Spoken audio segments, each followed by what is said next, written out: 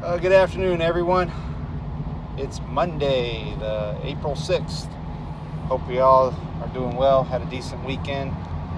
And this is going to be one of those that's going to be entertaining, maybe a little entertaining, informative, maybe a little educational.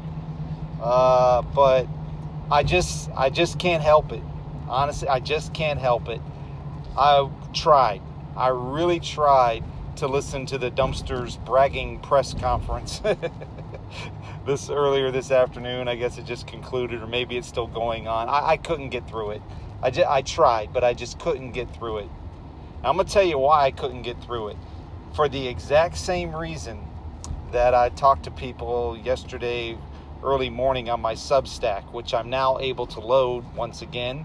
I guess I was in Substack jail for like a month or something for saying something or doing something I shouldn't have. I don't know. Or maybe it was on their end. I don't know. But I couldn't load anything since like March 6th. And all of a sudden I'm able to load again, upload them again. And I shared the link a few times to the posts and even the Substacks themselves. They're very long. I will admit that. I had a lot of things to share on there. And pretty much they come out pretty clear and easily understood. So, but anyway, I shared a lot of this on the Substack yesterday, but now I'm going to talk to you on YouTube about it too. This is why I couldn't listen to any press conference regarding the down pilot and the things that occurred over the weekend, the last several days or whatnot, is there's enough reports coming out, enough information coming out that I'm not saying it's not completely true, but let's just say there's probably some things that have been embellished, exaggerated. Some of the facts may be skewed. There are reports that the whole thing was actually a cover-up to recover, or not really recover, more like steal, I guess you could say, find and steal enriched uranium. Who really knows for sure? I mean, you really don't know unless you're on the ground, unless you see the things happening. You're in the air, on the water, on the ground, whatever it is, and observing it for yourself. I mean, unless there's really, really good intel out there you can trust. But those are the reports that I'm hearing coming in. You know, specifically today, but a little bit more over the weekend from time to time. And because I'm not completely ignorant, I'm not dumb, I'm not a fool, I don't believe everything I'm told or hear or whatever. I actually research some things and try to verify some things and confirm some things. But I also have a pretty darn good memory. Thank the Lord for that. And I remember a lot of things. Maybe things I shouldn't, honestly. Maybe things that are trivial. Maybe things that don't matter at all and have no meaning or purpose to most people except for myself, maybe. But I do remember things. And since I believe, like I said in my Substack yesterday, that art imitates life and life imitates art, because I see it all the time, I find it very interesting as I'm hearing the Dumpster in his press conference talking about the down pilot and the rescue mission and how awesome he is and how awesome everyone is and how awesome everything is, and invoking the name of the Lord, and we got lucky and God was watching over us, and on and on and on it goes, and you know, and we're the best, and we have the best military ever, and no one compares, and we're so awesome, we're so great. And I'm listening to that and I'm getting nauseous, you know, but as I listen to the story, I'm thinking, you know what? This strangely, oddly sounds like the plot of the movie Behind Enemy Lines, an action film from 2004 with Gene Hackman and the usually comedic actor, Owen Wilson, who in this particular role was not very funny. He was actually an action star in this movie as a down pilot, Lieutenant Chris Burnett of the Navy, and he's downed over enemy lines, behind enemy lines. I think it was in Kosovo, Serbia, something like that. I can't remember the exact location. But a lot of the things that the Dumpster described was a lot of the plot of Behind Enemy Lines. And you could almost throw in maybe a little lone survivor, you know, the Navy SEAL Marcus Luttrell, his story, Lone Survivor, the movie starring Mark Wahlberg. I can't remember what year that came out. I remember when I think it was like 2013, something like that. But I remember when Behind Enemy Lines came out, because it came out in April of 2004, which was the same time The Passion of the Christ was released. And I remember both of those films were out at the same time in theaters. So I'm thinking, wow, this really sounds like the plot of Behind Enemy Lines. I think I have a title for this now. I was thinking about something else, but I might have a title for this now. But I'm thinking, I wonder if the White House was around this weekend, you know, maybe when they were offline and there was rumor and speculation that the dumpster was at Walter Reed and may have suffered some type of medical emergency or whatever else, and apparently he was in Virginia or something. I don't know. I can't keep track, and it's really not important. But I'm wondering if sometime this past weekend, the White House sat around and watched the movie Behind Enemy Lines and came up with their storyline here. I just can't help but wonder. And before people say, you're off your rocker, you're crazy, you don't know what you're talking about, well, let me tell you this too. We have a downed pilot, right? And the word was that he was going to be taken hostage and maybe even executed if he was taken hostage, and they put a bounty on the person's head. And I'm not taking anything away from any of the sacrifices that people make, okay? And any of the missions and whatnot, because I understand whether they shouldn't, you know, people are following orders and they are conducting operations and this and that. And I'm not saying anybody deserves to get shot down, and I'm not taking anything away from, you know, that this didn't actually occur. What I'm saying is, I don't think we're getting the whole story and the whole truth on this. And when do we ever, right? Well, this is what it also reminded me of, because the timing of this was very interesting. The whole timing around Holy Week and, you know, Good Friday and Ishtar, you know, Resurrection Sunday for those of us that are awake, you know, but Ishtar, Easter, all that stuff that other people celebrate and acknowledge. I find the timing of that very interesting because, I don't know, like I said, I don't know when Lone Survivor came out, but I think it was 2013 if memory serves. I'd have to look it up exactly. But some people might remember this, and later on they made a movie about it called Captain Phillips, starring Tom Hanks as Captain Richard Phillips. Some people may recall this, but it was during the Obama regime where we had a situation where the Maersk, Alabama was commandeered by Somali pirates. And according to the storyline, which apparently maybe not all of this was true either, but made for a really, really good movie, makes for a really good story. You know, never let the truth get in the way of the facts, or a good story, right? But supposedly, we sent the Navy SEALs in to rescue Captain Richard Phillips, who was taken hostage by Somali pirates. And this operation all occurred around Ishtar, Easter Sunday. I believe it was 2013. Maybe not the exact year, but I believe it was. And an operation occurred at that time, a rescue operation, trying to get a civilian back from the Somali pirates. Isn't it interesting? It's just, I find the timing of all this very, very interesting. Because like I said, because I'm not dumb, because I'm not ignorant, because, I do have a functioning brain, and I have a pretty decent memory, I remember all this stuff. And whether people think one thing has to do with another, and it's all coincidence, and art doesn't imitate life, and life doesn't imitate art, and history doesn't rhyme or repeat, or any of that stuff, just put all that aside, okay? When are we ever told the truth about anything? Are we ever told the truth about anything? I mean, the full, unadulterated truth. Probably not. But this is what I got a lot of things on my mind here about this, because I've had some time to think about this, because I pretty much got it all out in the Substack yesterday morning. But as the day went on, and you know, my mind continues to go, and I hear about some things, read about some things, whatever. And some things like a few days before or whatever, a lot of things just go through my mind. Well, if anybody's ever seen the movie Dark Knight, that one was in 2008. I do remember the year on that one. I don't know why certain times I remember the years, sometimes I don't, whatever. But I do remember that one. Summer of 2008, The Dark Knight, Batman movie starring Christian Bale and Heath Ledger, as the Joker. People probably remember this. Maybe you've seen it, heard about it, or whatever else. But it's interesting to me because the Joker character reminds me a whole lot of the dumpster. Because what we have here is an agent of chaos. These are people that love chaos.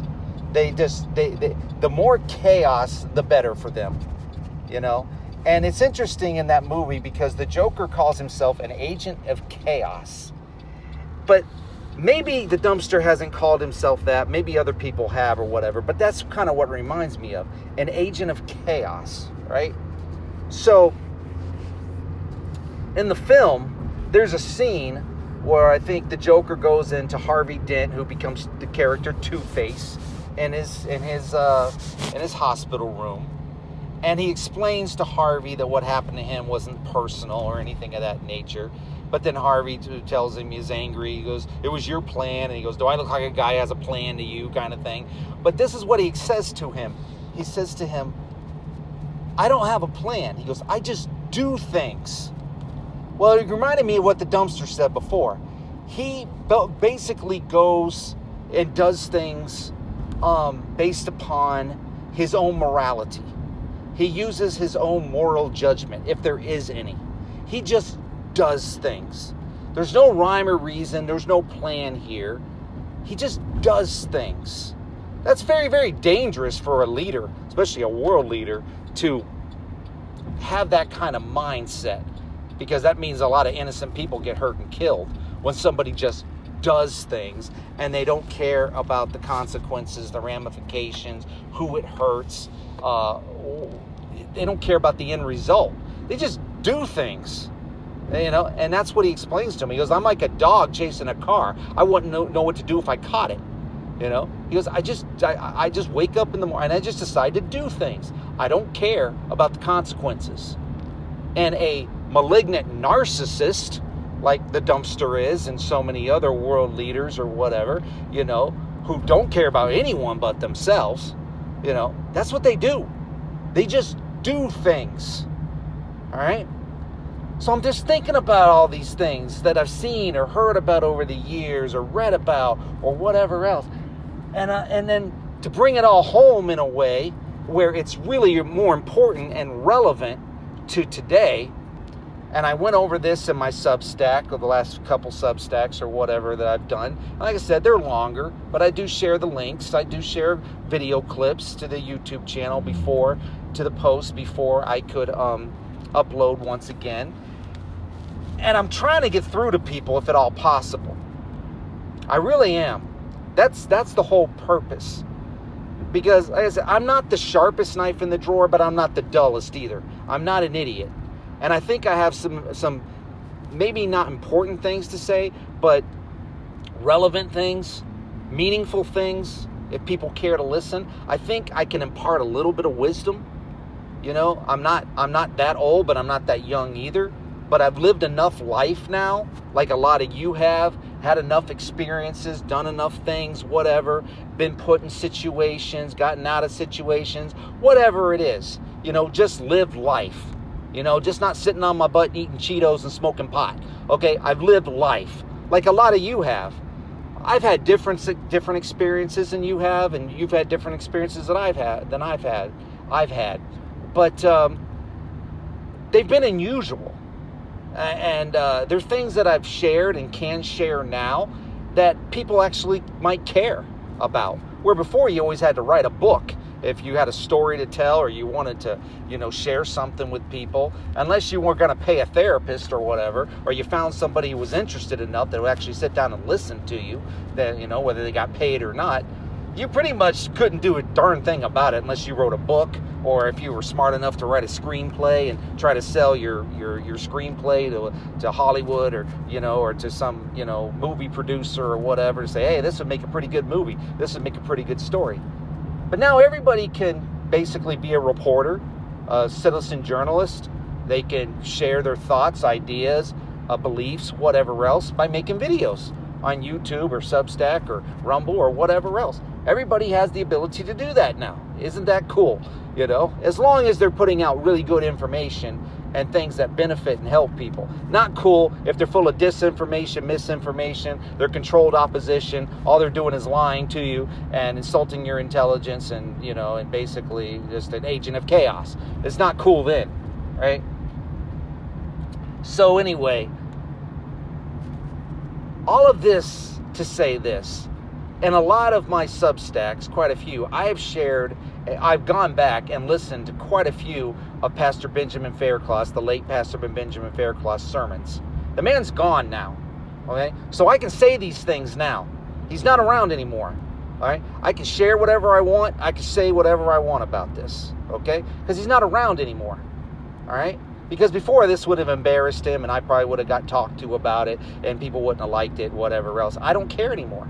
When someone's gone, I'm going to do my best to honor their memory, especially if they're close to me, and I'm going to tell you what I truly think. And if you don't like it, you don't have to like it. You don't have to listen. You don't have to share this. You can shut me off. You can unsubscribe like people have. I don't care. I'm not monetized. People have already shut me off as it is now. They're not listening. They didn't listen after 30 seconds. If you can't grab somebody's attention after 30 seconds, forget it. Because people have a attention span less than a goldfish now.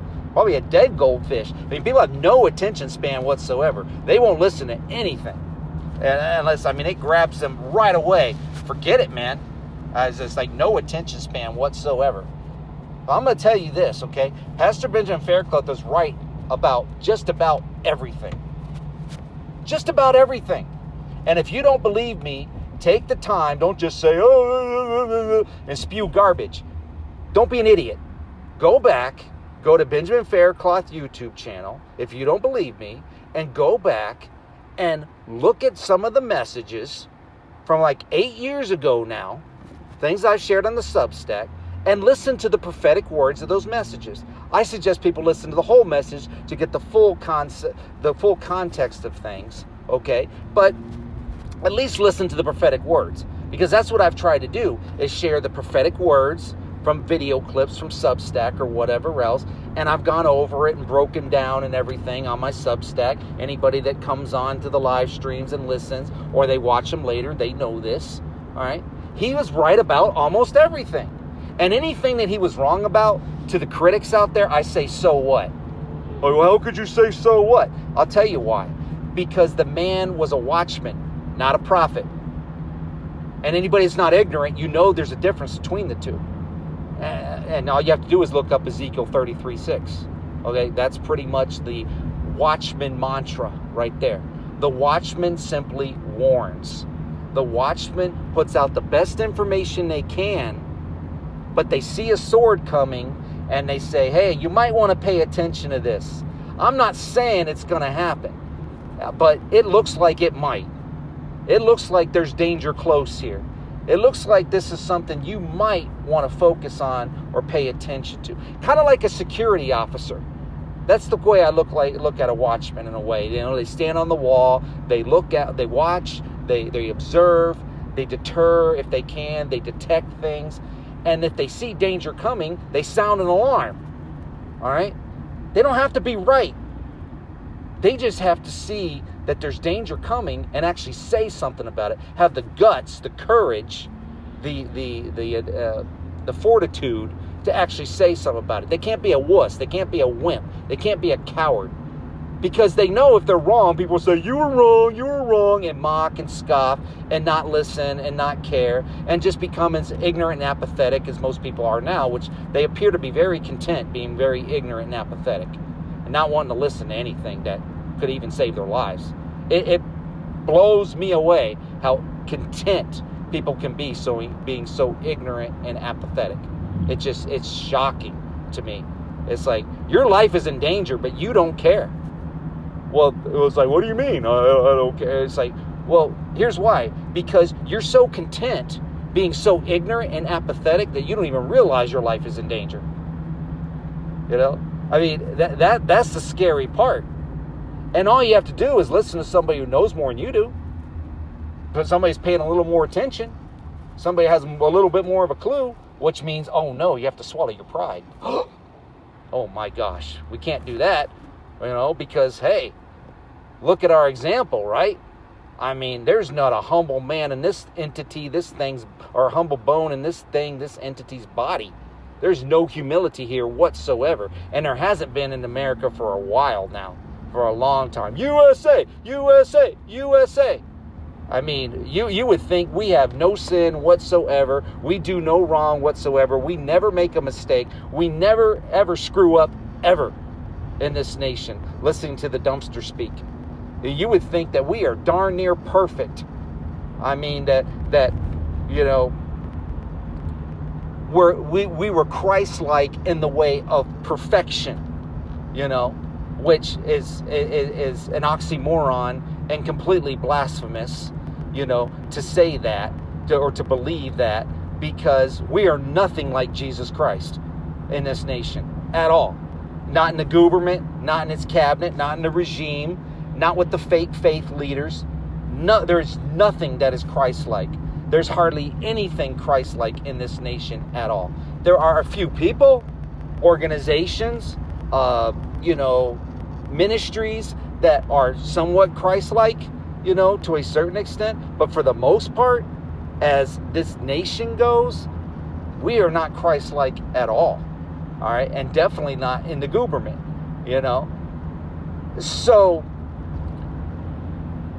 getting back to Pastor Ben, I shared 2 messages from 8 years ago. One were almost 8 for one of them, 12/2/18, called The Bipolar States of America, which, like, oh my gosh, that's so offensive. He wasn't mocking people with a mental disorder, okay? What he's basically saying from the Lord is, you people are bipolar. You are unstable in all your ways. You are double-minded, which makes you unstable in all your ways. You are up and down, down and up. You say, things like, we're going to bomb them to oblivion, or whatever it was, to the Stone Age. That's what it was. But we're negotiating, And you change the timeline, like people change their underwear. It's going to be 12 hours, 24 hours, 36, 48, 10 days, 5 days, whatever days. Who cares? Because you can't believe anything. What boggles my mind is how people believe such lies all the time. Why do you continue to believe a liar? I mean, not saying you directly, but in general, your family, friends, co-workers, people you associate with, the people that unfortunately you have to work with or around or whatever, that are total and complete idiots, that will do nothing but defend this man, this thing, this entity to their dying breath. I mean, people will defend this thing more than they would their own children at this point in time. They would find more fault with their own kids or grandkids or whatever else than they would in this entity. I mean, and these are the people they would supposedly love, and want to have a relationship or whatever. This dude is a perfect stranger. This thing doesn't care about you, he knows about you, but he doesn't care about you. He doesn't know who you are. He just knows you exist, in the country, but he doesn't care. He's a perfect stranger. And people will defend a perfect stranger, this entity, this thing, more than they would their own family. I mean, they would give more grace to this racist, rapist, pedophile, pervert, thing, entity, creature, whatever, demon, and show that more grace than they would their own family. They would show this thing more respect than they would their own family, or people they say they care or love about, or they care about or love. It's like, oh, I know I've lost everybody now. Boy, you are really offended, aren't you? People are real pissed off about right now. Good. I'm glad, because it shows you're human. It shows you have emotion. It shows that something can get under your skin, maybe other than me. And if I'm under your skin, whatever, turn me off.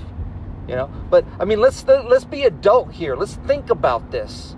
Okay? Like I said, Ben Faircloth is right. And even when he was wrong, so what? Because he wasn't a prophet, he was a watchman. He claimed to be a watchman. He said he was a watchman. He'll say, oh yeah, but he spoke in the name of the Lord. Thus saith the Lord. And then, I get it. You know what? And he's been right. But for the most part, he warned. He spoke in the name of the Lord because he had a fresh word. If anybody's ever listened to his messages or the prophetic words that he put out, he had a fresh word every Sunday that he would get in the wee hours of the morning Sunday, that he would have to, wait on, for several hours to give that word behind the pulpit. Go back and listen. Don't take my word for anything. Listen for yourself. The Bipolar States of America. Listen to the prophetic word in the beginning. And then my favorite one, A Bridge Too Far. And listen to the prophetic word. And I shared all these to the post, to my YouTube shorts. You can just listen to them, and just take the time. Take 30 seconds to 2 minutes out of your day, which most people won't do. They won't. I know they won't. They tell me they won't. They won't. They refuse to listen to any kind of truth. I know they won't. It won't matter how many times I post or don't post, how many Substacks I do or anybody else, how many videos we put out. It's just like, so why do you do it? I don't know. I guess because I got to get it off my chest, man. I got to get it out of my heart. I got to release it. It's like fire in the bones. I got to release this stuff. And at this point in time in my life, I don't care what anyone thinks. I really don't care what anyone thinks about it. Because I know that, we're never, okay, let me put it this way. As human beings, we will never get the respect that we deserve amongst other people. We just won't, okay, or have earned. We won't. Because someone will always be a critic out there, and they will always find fault in you, in me, in us, and a lot of times we find fault in ourselves. So we will never be able to communicate in the way that we want to. And quite honestly, our voice and our opinion doesn't matter. It just doesn't. Because the only one it really matters to is you. It doesn't matter. As a matter of fact, you'll get interrupted mid-sentence or won't even be able to get a sentence out before someone will let you know that what you say and what you think and what you feel is meaningless. It doesn't matter. Because that's how we are in our society today. We are all a bunch of narcissists to a certain extent, but we are led by the chief narcissist, a malignant narcissist. And I'm going to tell you all about this too, because I've mentioned it. I've talked about it before. I've shared a lot of this stuff before regarding, I enjoy movies. I enjoy certain television shows. I enjoy those people that don't have a TV or don't watch this or don't watch that or don't pay attention to this or that. Hey, more power to you. You're holier than I am. You're a better person than I am, okay? Me, I enjoy it. So I watch things because I like to learn in different ways. I try to be open-minded about certain things.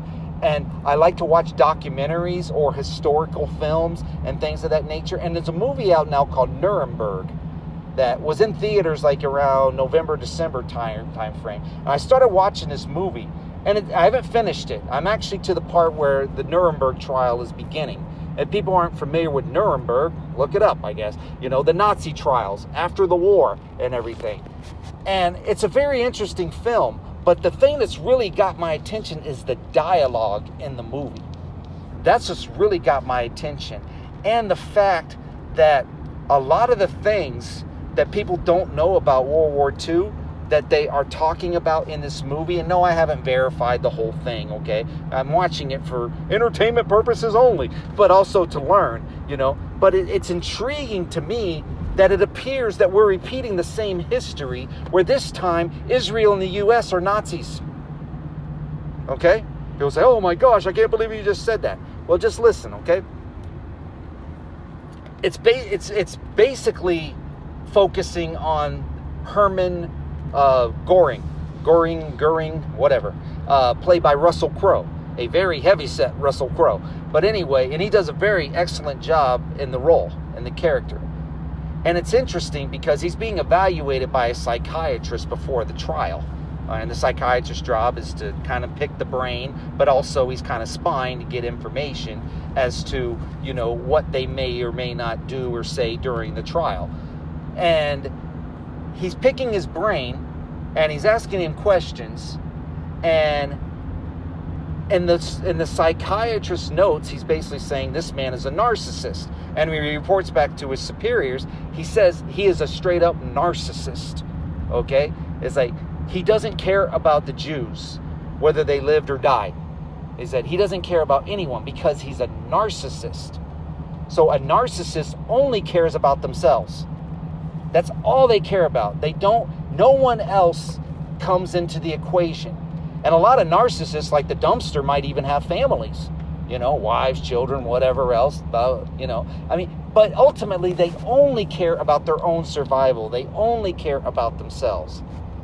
And it's interesting, some of the dialogue here, because he asked him, he said, what attracted you to Hitler, basically? Because in the storyline, okay, whether people believe that Hitler escaped to Argentina and whatnot, but they believe at this time that Hitler's dead. You have Göring, you have Hess, Rudolf Hess, Dr. Ley, who winds up killing himself, actually committing suicide in a cell, and some other characters' name. I can't remember all the Nazi names or whatever, but those are the main ones, is Göring and Hess, but specifically Göring. But he talks to him and he said, what attracted you to Hitler? He said, how did you first meet him? Why did you listen to this guy? I mean, he's like a failed painter, he's a crazy man, he's really a nobody. And he said, it's because of what he said. And he said, you're telling me one speech? He goes, I became a National Socialist after I heard his one speech, where he was like in a coffee house or whatever, speaking to about 30 people. And he said, well, what did he say? And he said, he wanted to make Germany, didn't use these words, but tell me if this doesn't sound familiar. He wanted to make Germany great again. Basically, he wanted Germany to return to its former glory. Because you got to remember, Germany was decimated after World War I, okay? And they were economically destroyed, all right, sanctioned, tariffed. Any of that sound familiar? So he wanted to return Germany to its former glory. He made people want to be German again, is what Göring said. And then he began to stoke hate, tell me if this doesn't sound familiar, by saying things like the French, are filling their bellies, off of German food, off of Germany's greatness, where the Germans are left with nothing. Germany is decimated, left with nothing. Hitler rises because the people are upset, they're angry, and even though it's peacetime, they're starving. Even though it's peacetime, they have nothing. So this charismatic leader rises up and tells everybody they can be great once again. They can be returned to their former glory. They can be made great. They can stay great.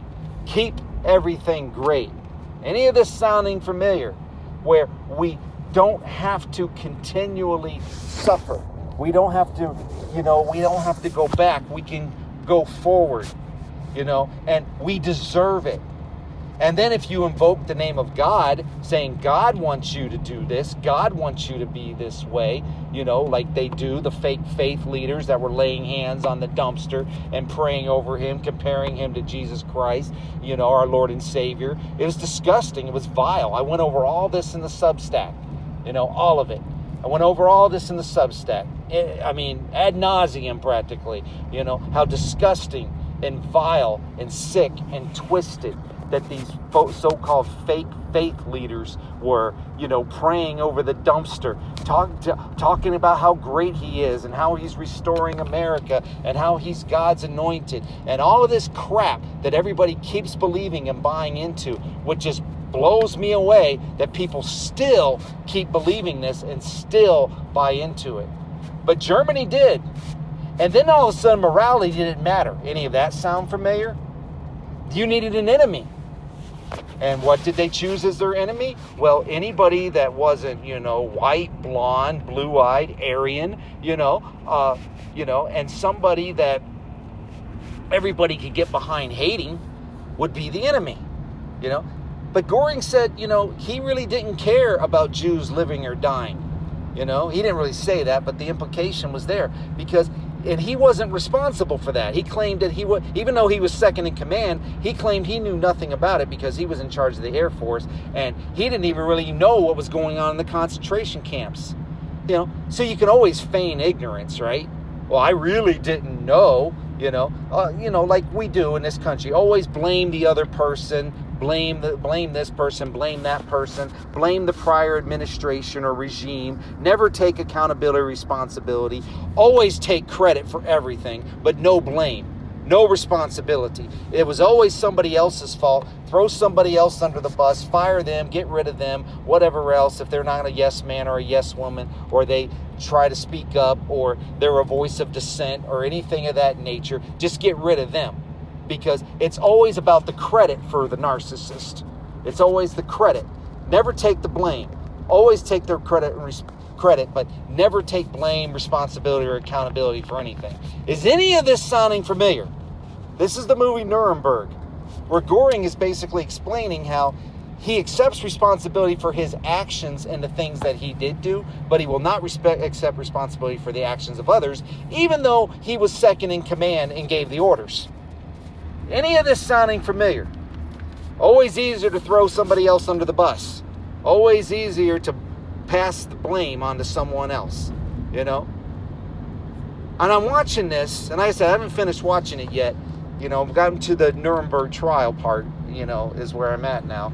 And they're showing all of the horrible atrocities, the things that took place, at the concentration camps or whatever, because that's what the prosecution is doing, to try to prove their case that these people are war criminals, just like what we have now. And as I'm watching the beginning of this trial, I'm thinking to myself, as I'm watching all the Nazis being tried, all sitting in their chairs, I'm thinking, well, yeah, that could easily be the Dumpster and Kegg's death and Rubio and Vance and, just the whole cabinet, the whole regime, Bondi and, hey, let's throw Bongino in there, because he was a part of this, definitely Nome, just the whole cabinet. They're all war criminals in one way or another. They are all evil. They are all twisted. They're all sick, demented things. Human beings, if they are that, I don't know. Okay? And people say, man, you have really gone off your rocker. You've really lost it this time. Hey, you think whatever you want to think. All right? Make your own video. Put your own information out there. Share your heart.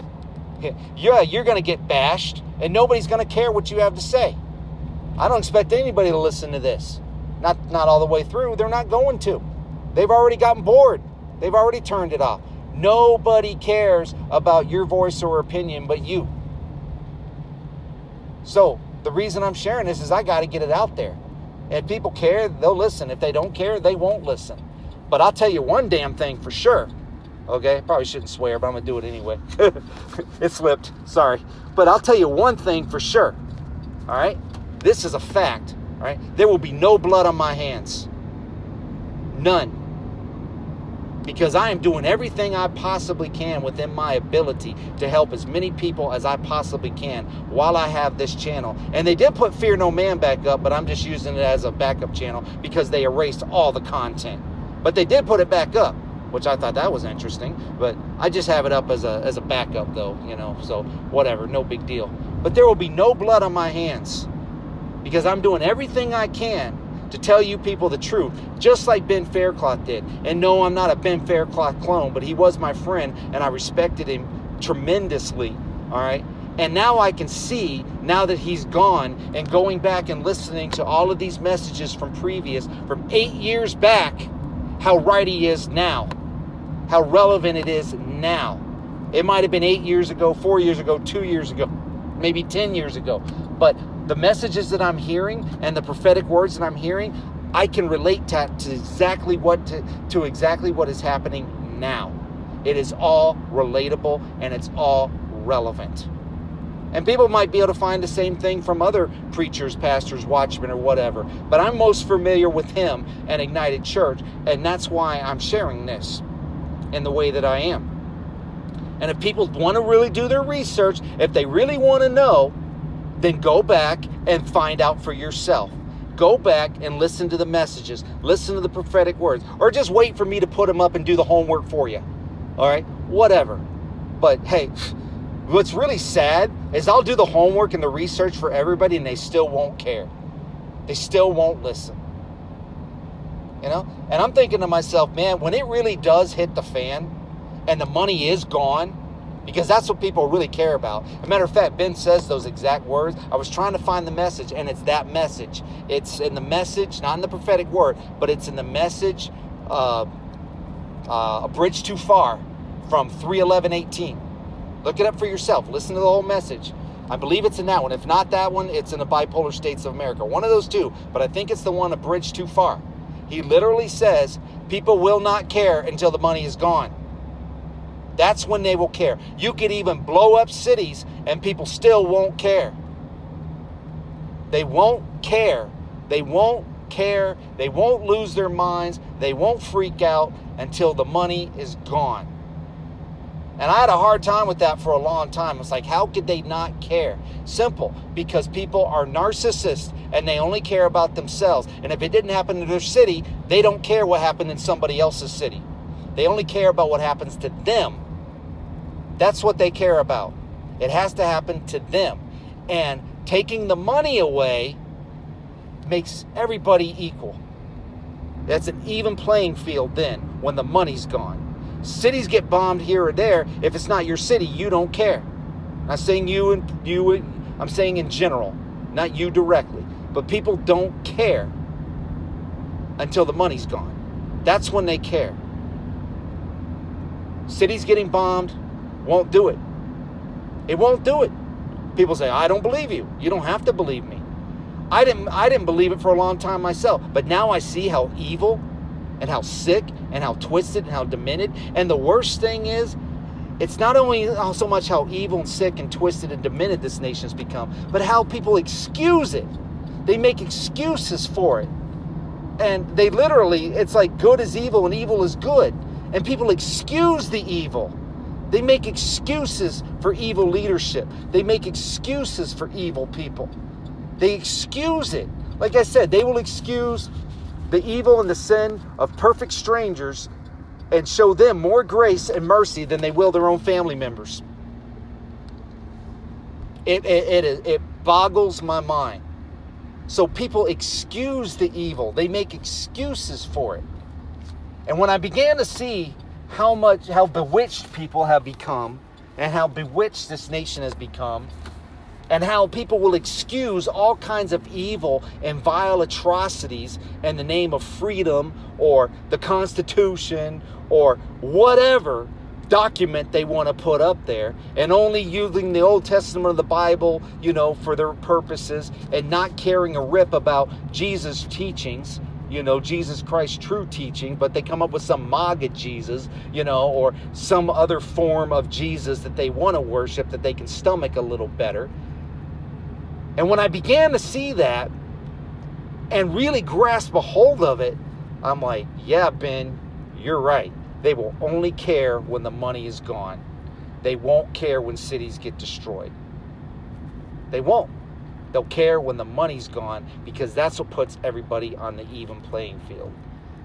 And I didn't believe it for the longest time until I really began to see not just how evil people in this nation has become, but how they excuse the evil, how they justify it. And then I was just like, wow.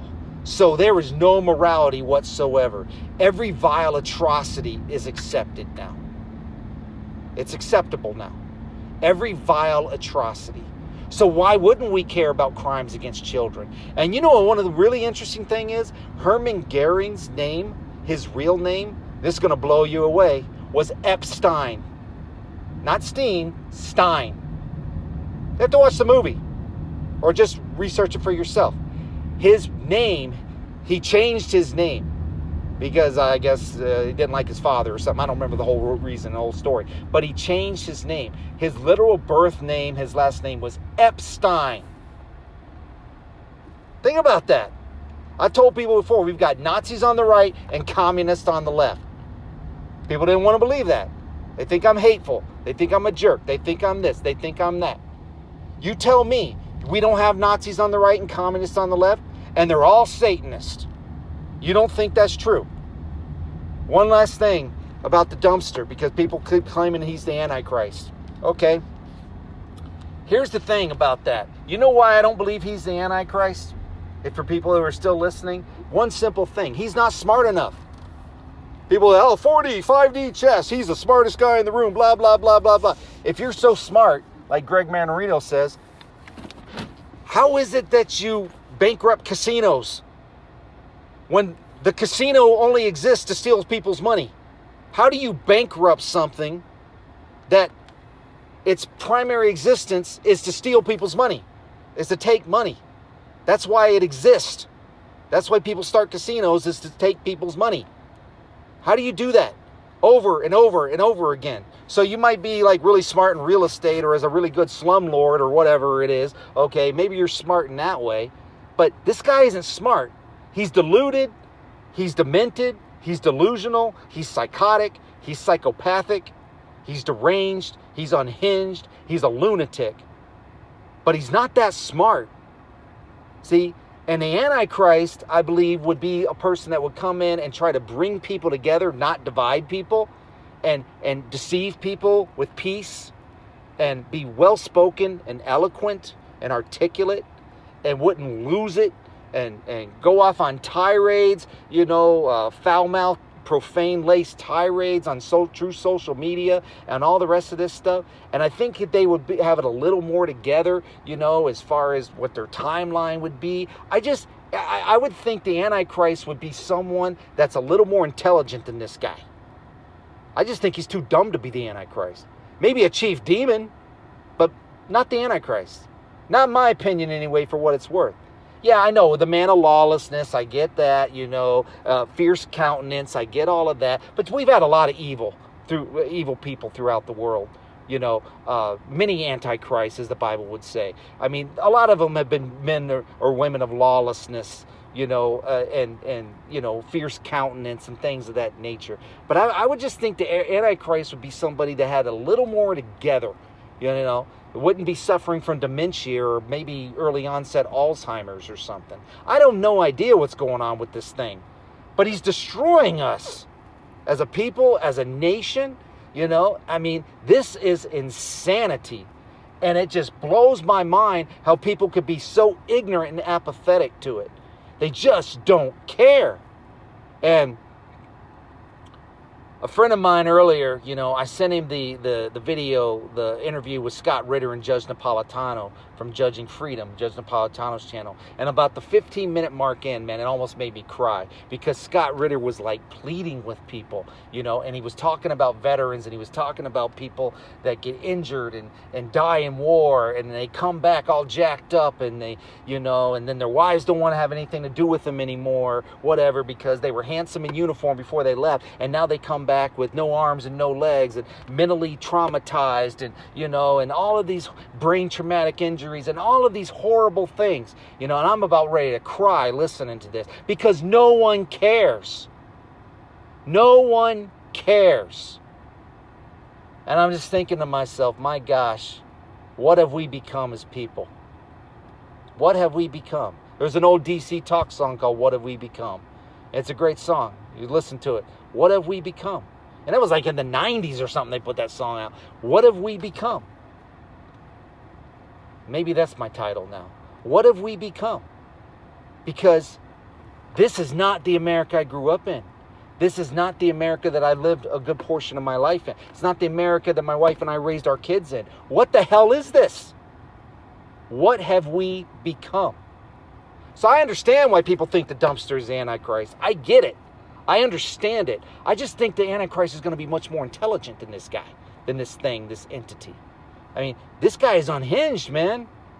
He has no problem starting World War III. And we might see that tonight, tomorrow, the next day, whatever else. I mean, a full-blown World War III. He has no problem, because narcissists don't care about anybody but themselves. And that's what this dude is. That's what this thing is. I don't know how else better to explain it. So I'm just going to end it like this. There will be no blood on my hands. If this is my last video, it's my last video. If they take me down, they take me down. But there will be no blood on my hands because I am doing everything I can and have done everything I could for years to try to wake people up to what is happening now. From 10 years ago. And I'm doing it as much as I can on Substack and on this YouTube channel to try to inform people and to help people and to educate people as much as possible. But it's up to you to take responsibility to do your own homework and research. And even if I do the homework and research for you, will you even listen? Will you even care? Will you share it? Will you tell people about it? Will you use it to try to help people? Or will you just say, wow, that's really interesting listening to this unhinged lunatic talk about all this stuff. Wow, that's really cool, man. Listen to this guy. Hell, you want to hear a really good laugh? Listen to this crazy dude. Yeah, you can do that, but you'll be responsible in the end, not me. Because I'm doing my job. I've done my job. I continue to do my job. Even though people want to shut me down, tell me to shut up, don't want to hear it, don't want to listen to it. You know, what you say is not important. Your voice doesn't matter. Your opinion doesn't matter. As long as I got a platform, I'm still going to use it to do what I need to do to help as many people as possible. But it's up to you to take responsibility. It's up to you, your family, friends, co-workers, whoever else, to get off your ass and take responsibility. Take responsibility for yourself, take responsibility for others. You know, I'm not saying you're responsible for their actions, but you are responsible to get the word out. You are responsible to tell people the truth. You are responsible. You do have the responsibility to get up and do something and say something. And if you don't believe me, look it up. Ezekiel 33:6. People say, well, I'm not a watchman. If you're a Christian, you're a watchman. You have a job to warn people, inform people, to tell people about Jesus, to tell people that there's a Savior that loves them and a Savior that died for them. And if you're not doing that, then you're useless. You're worthless. Just sit on the couch and eat Cheetos and smoke pot and binge watch whatever you want to binge watch and be useless. Or just not give a damn about anybody else but yourself. Either way, you're useless. Unless you're telling people about Jesus, you are worthless. Unless you're doing something to help others, you are useless. I know, I've offended everybody now. So now it's time to go. If this is the last message, like Eric Hare would say, it's the last message. Maybe it's the last message. Maybe it's not. I don't know. All I know is I told you guys, I shared my heart. I told you the truth. I'm doing everything I can to get as much information out to people as I possibly can in these last days. Okay? If you don't believe these are the last days, I don't know what to tell you. Wake up, pull your head out. These are the last days. All right? I'm not as nice as Hank and Eric and these other people. I'm not as diplomatic. I'm not. That's not how I'm built. I'll tell you to pull your head out of your ass. All right? If you don't like it, don't listen to me. That's all I got to say. That's it. I'm done. Y'all take care. Bye-bye.